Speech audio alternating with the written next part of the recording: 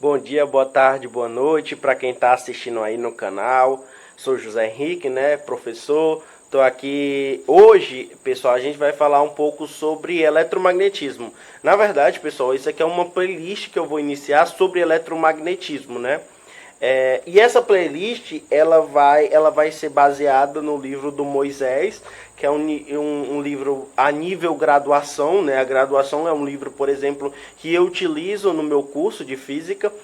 Porém, isso aqui vai ser bem acessível, porque a gente também aqui tem o intuito de levar essa física para o ensino médio, para concursos públicos e graduação, óbvio, né? Então vai ser uma playlist de eletromagnetismo que a gente vai iniciar. Eu resolvi escolher essa primeira playlist aqui do canal para iniciar, porque é uma playlist, porque eletromagnetismo é um assunto bem interessante, cai muito em Enem, em concursos, em todas as provas que tem, a gente cai muito o eletromagnetismo. Então a gente sempre tem que ficar muito atento a esse assunto, né? E hoje a gente vai fazer uma breve introdução. Aí, pessoal, antes da gente começar, eu gostaria que vocês dessem um like, vocês curtissem, vocês compartilhassem, vocês comentassem, vocês dessem aí, ó, vocês falassem a opinião, tá bom, tá ruim, o que que eu posso melhorar, o que que eu tenho que melhorar, o que que vocês querem que eu faça, assuntos que vocês querem que eu faça, que eu vou estar trazendo aqui pra gente fazer esses assuntos, discutir, tá bom, pessoal? E também eu queria dizer que na descrição desse vídeo vai ter duas coisas. Vai ter um flashcard. Um flashcard que seria aquelas cartilhas, né, cartinhas online feitas por uma IA, que é para vocês responderem de acordo com essas aulas e as próximas, para vocês responderem de acordo com o que foi abordado na sala, para vocês aprofundarem o conhecimento, então como se fosse um questionáriozinho, mas que vai trazer ali, vai responder as perguntas, e o livro do Moisés, que eu vou anexar na descrição, tá bom, pessoal? Então é isso, a gente vai começar. A gente vai começar com um contexto histórico, né, abordando sobre o contexto histórico do eletromagnetismo. Gente, o eletromagnetismo, ele não é uma coisa nova. A eletricidade, ela pode ser muito nova. Século passado que a gente começou a ter eletricidade em casa, né? Fios, né? É uma coisa que a gente observa no nosso dia a dia, mas esse fenômeno ele já é observado há muito tempo. Muito tempo mesmo. Desde o início, lá com os gregos já observavam que algumas coisas já possuíam uma natureza elétrica. Eles só não sabiam explicar com o rigor técnico, matemático e as teorias que a gente tem hoje, que são extremamente sólidas. Então, mas eles tinham noção, eles tinham um vislumbre do que era aquilo. Por exemplo, um grande exemplo é o que eu coloquei aqui no quadro, né? Que é o âmbar. O âmbar, ele é um objeto, né? Parecia muito com um mel, uma seda que saía de árvores e que ficava ali petrificado e que ele atraía objetos. É como se fosse um imã natural, né? E aí a gente encontra esses ímãs naturais de forma muito óbvia na natureza, né? Alguns metais, algumas rochas imantadas. Isso é um aspecto que a gente vai discutir aqui, né? De como a gente pode fazer ímãs, né? Ou como a gente pode descobrir, ver, observar, onde a gente pode ver, observar ímãs na natureza, né? Então os gregos, eles já observavam isso, mas eles não conseguiam explicar com a solidez que a gente tem hoje desses conhecimentos sobre a eletricidade, a natureza elétrica.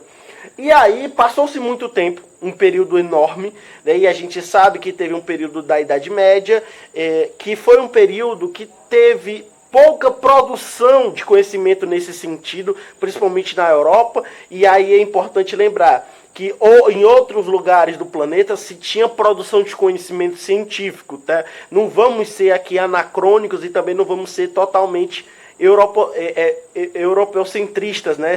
Que a gente coloca a Europa no centro de tudo. Existia produção de conhecimento científico durante a Idade Média, que aconteceu na Europa, na Ásia, na África, principalmente nos países árabes, que foram essenciais para a produção de conhecimento científico. Só que relacionado à eletricidade, esse conhecimento ficou um pouco distante do dia a dia, distante do entendimento humano. Com a chegada da Era Moderna, Renascimento, né? A gente voltando ali para os gregos, a gente volta a essas ideias de eletricidade. E aí existia ali inúmeros cientistas, inúmeros pesquisadores que estavam focados em estudar a natureza da eletricidade, né? Por exemplo, quando a gente estuda eletricidade, quando a gente vai estudar modelos atômicos, a gente vê lá J.J. Thomson, né? O Thomson, desculpa, não Thompson. Thompson é uma arma. Thomson é o físico químico daquele modelo lá, né? É o pudim de passas, né? O pudim de passas com as cargas elétricas, né? A gente também pode ter um Milik. Milik era um grande pesquisador dessa área que provou a relação entre a carga-massa de um elétron, né, a carga-massa dos elétrons, que é interessante também. Então tiveram muitos que começaram a se aprofundar nesses conceitos de eletromagnetismo, e eles são fundamentais, importantíssimos para a teoria eletromagnética que a gente tem hoje consolidada, né? E aí a gente vai falar um pouco aqui sobre, vamos secularizar essa ideia e essa formação do eletromagnetismo. Vamos lá. No século XVIII, que aí a gente pode saber que é de 1700 ali, né? 1700, no século XVIII, 1700... O eletromagnetismo e a eletricidade, eles estavam separados. Ou seja, os efeitos magnéticos e os efeitos elétricos, eles não eram um só, eles eram separados. Acreditava-se que eles não tinham relação. Óbvio, né? A eletricidade gerava alguma coisa, né? Faíscas, acendia uma lâmpada com alguns filamentos, e o ímã ele atraía metais. Então, existiam experimentos, ou seja, a física da eletricidade estava mais baseada nos experimentos que aconteciam dentro de laboratórios. E os experimentos dentro de laboratórios apontavam uma distinção entre a natureza elétrica e magnética, né? Então, eles estavam separados. Só que no século posterior, depois, né, Faraday, um grande cientista importantíssimo, né, ele descobriu o que a gente chama de o princípio da indução eletromagnética. O que diz a indução eletromagnética? Está bem aqui, né? O que essa indução eletromagnética ela diz para a gente? Que uma corrente em movimento, né, o movimento de elétrons gera um campo magnético, né? Um campo magnético gera uma corrente elétrica gera um campo magnético, uma corrente em movimento, né? E esse princípio ele é importantíssimo hoje para a gente entender como funciona, por exemplo, um transformador, né? Um transformador parte muito do princípio da indução eletromagnética, que é outro objeto dispositivo que a gente usa na eletricidade, né? Principalmente na eletrodinâmica. Então Faraday, descobrindo esse princípio, essa relação, essa coesão, interconexão entre um efeito elétrico que gera um efeito magnético, um campo magnético, né? O eletromagnetismo começou a nascer.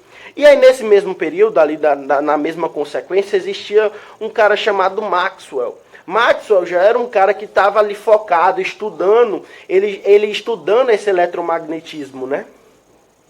E ele pegou vários conceitos que já existiam do eletromagnetismo, as leis de Coulomb, o princípio da indução eletromagnética, os resistores ômicos, né, a lei de Ohm, a lei de Ampère. Então, existiam várias leis que eu estou citando aqui, né? Lei de Coulomb, que fala sobre a força magnética, a lei de Ohm, que fala sobre a relação entre a resistência, a voltagem e a tensão. A gente tinha a lei de Ampère, que relaciona com corrente elétrica, e a gente tem a lei da indução eletromagnética, que é de Faraday, que relaciona os campos magnéticos com as correntes, né, com o movimento das correntes. Então Maxwell, vendo que ele já tinha essa capacitação, essa quantidade enorme de informações, ele começou a unificar, a entender que o campo elétrico, que a eletricidade, ela coexistia, ela existia, ela era conectada com o magnetismo. Então isso nasceu que a gente chama de teoria clássica do eletromagnetismo.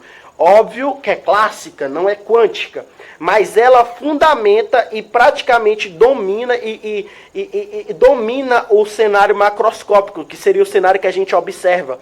Ou seja, tudo que a gente tem em casa é graças ao Maxwell, né? Porque ele unificou a teoria, ele unificou o magnetismo com a eletricidade, né? Esse advento dessa unificação fez a gente poder ter acesso e poder entender como funciona a natureza da matéria, né? Principalmente a natureza eletromagnética, né? E a gente entendeu que eles não existem separados, eles existem em conjunto, né? Através dessas 4 grandes equações fundamentais do eletromagnetismo. Então, Maxwell ele é fundamental na união do eletromagnetismo, né? Na formulação, né? Até o que a gente chama de campo eletromagnético, né? Ele foi um dos primeiros a discutir sobre essa ideia de campo eletromagnético, né? E de campo, né? A teoria de campo, que é uma teoria da física, a teoria da física avançada, da física realmente a nível superior, que é as teorias de campo, que são extremamente sofisticadas. Mas isso não importa muito para a gente nesse cenário. O que importa agora realmente é discutir um pouco, depois de Maxwell, discutir um pouco sobre a quântica, né? E a eletrodinâmica quântica, a eletrostática quântica, a eletricidade a nível quântico. Maxwell uniu a eletricidade a nível macroscópico.